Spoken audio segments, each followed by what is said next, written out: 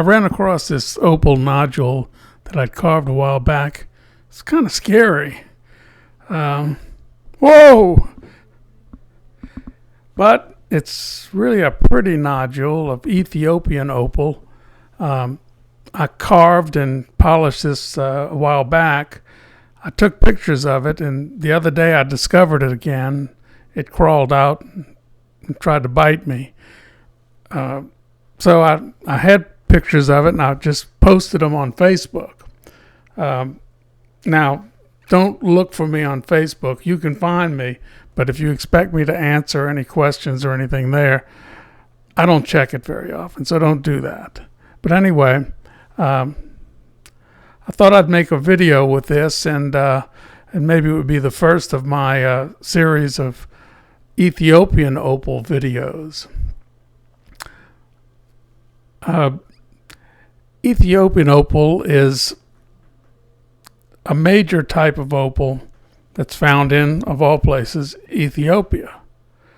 The difference between it and Australian seam opal, which occurs in the seams within sedimentary rock, Ethiopian opal comes in rounded nodules generally. They can be between a few grams and a few kilograms.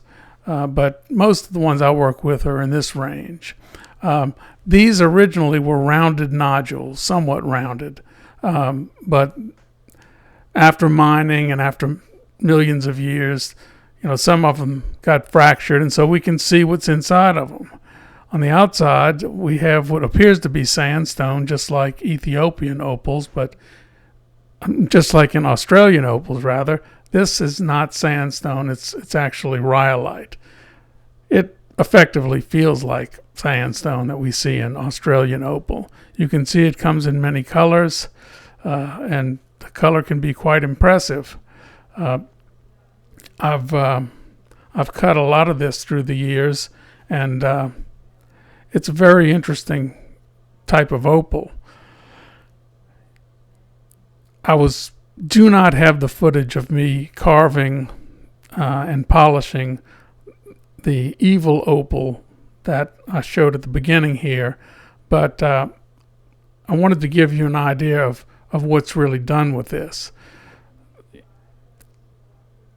You can take off this outer part as seen in these two nodules and polish it. That's what's usually the option. But occasionally you get an intact nodule like this one I photographed for Wikipedia. Here's a separate nodule that I also worked, carved and polished, but it's just to show you what it is. I don't have, like I said, I don't have the footage of the actual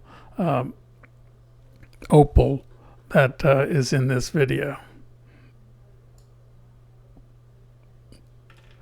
Ethiopian opal may just be merely a bubble within magma, which turns to rhyolite in the volcanic process, but it can be quite odd spaces in there. So I used a flex shaft like this one, but it's really very much like a Dremel tool.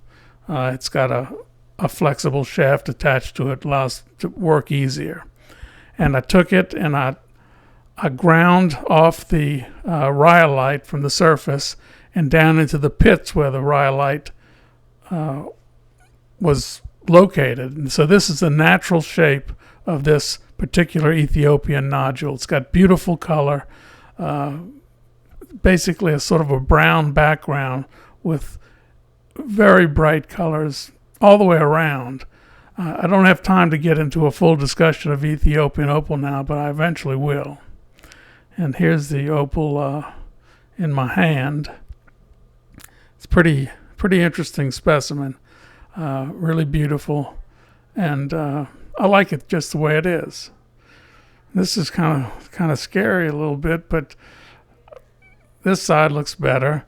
Nice bright colors. The red is very interesting, but you never know what's lurking. Yikes! Whoa! Got to be careful with this stuff sometimes. But so that's a primer on Ethiopian opal, and I hope you don't have to deal with anything like this yourself.